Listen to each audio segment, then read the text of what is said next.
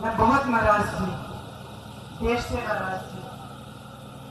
मैंने देश को अपनी अमानत भेजी, अपने पिताजी दिए और देश ने सुरक्षित नहीं रखे।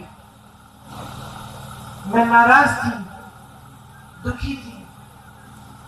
मैं सोचती थी कि मेरा दुख कोई समझ नहीं पाएगा। मेरे पिताजी वापस नहीं आए।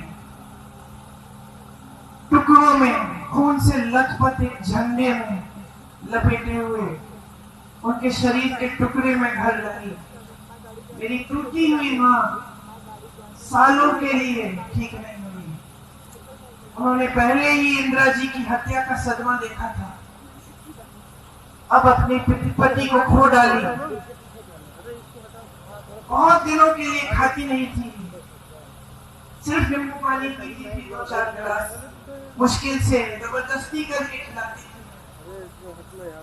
बाहर नहीं जाती थी, किसी से बातचीत नहीं करती थी। 7 सालों के लिए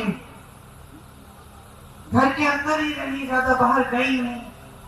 उस सदमे से बाहर निकल नहीं पाई। 7 सालों बाद उनको लगा कि कांग्रेस पार्टी संकट में है। उस समय ऐसा लग रहा था कि एक और बार चुनाव आ रहा है, भाजपा उभर सकती है। कांग्रेस पार्टी टूटने वाली थी। तमाम नेता आ रहे थे उनके पास कि राजनीति में आइए, राजनीति में आइए।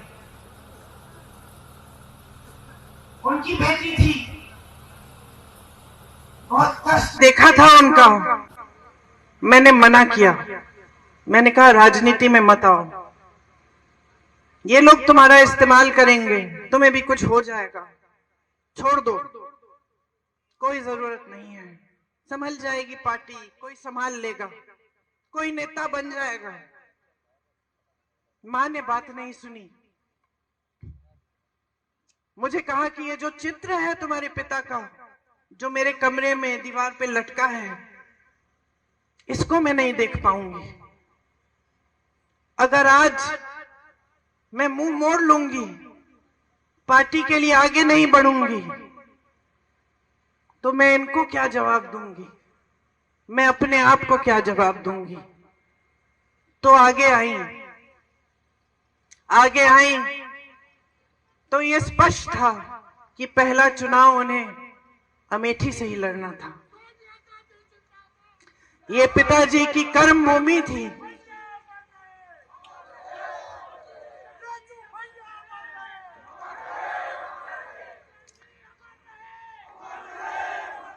सच बताऊं तो जब ये तय हुआ कि वो चुनाव लड़ेंगी अमेठी से, तो एक शाम को उन्होंने मुझसे कहा, प्रियंका कैसे करूंगी, मैं तो कभी चुनाव लड़ी नहीं हूं।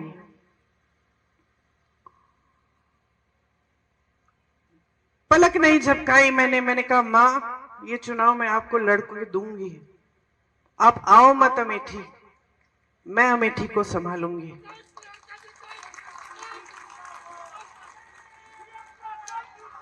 और मैं आपको बताऊं मैंने ये क्यों कहा, क्योंकि मैंने आपको बताया कि जब मेरे पिताजी शहीद हुए तो मैं नाराज थी, दुखी थी। मुझे ऐसा लगता था कि कोई मेरा दुख नहीं समझ सकता। लेकिन फिर कुछ हुआ। उनके अंतिम संस्कारों के बाद हम अस्थि विसर्जन के लिए इलाहाबाद आए, ट्रेन से आए। वो ट्रेन यहां अमेठी और रायबरेली से गुजरी। मैं बहुत दुखी थी, ट्रेन में बैठी थी, रात हो गई थी। ट्रेन यहां के स्टेशन पे रुकी। मुझे आज तक वो क्षण याद है। मैंने खिड़की से बाहर देखा और मैंने देखा कि ये तो बहुत लोग मेरी तरह रो रहे हैं, फूट फूट के रो रहे हैं। तो मुझे यह एहसास हुआ कि जो दुख मुझे महसूस हो रहा है वो तो यहाँ की जनता को भी महसूस हो रहा है यहाँ के जो कार्यकर्ता थे, जो सारे इंतजार कर रहे थे बीच रात में कि राजीव जी को एक अंतिम बार देखेंगे, उनकी अस्थियों को देखेंगे, श्रद्धांजलि देंगे, उन सब के दिलों में वही दुख था जो मेरे दिल में था। आपने मेरे दुख के पल में आपने मेरा साथ दिया।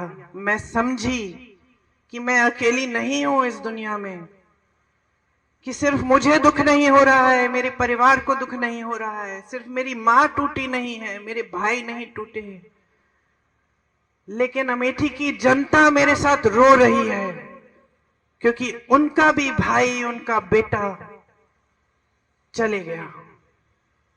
इसीलिए जब मां ने कहा कि अमेठी से चुनाव लड़ेंगी, तो बगैर हिचकिचाए मैंने कहा मैं लड़वाऊंगी, क्योंकि मैं जानती थी कि जब मैं यहां चुनाव लड़वाने आऊंगी तो मैं अपने परिवार के बीच आऊंगी।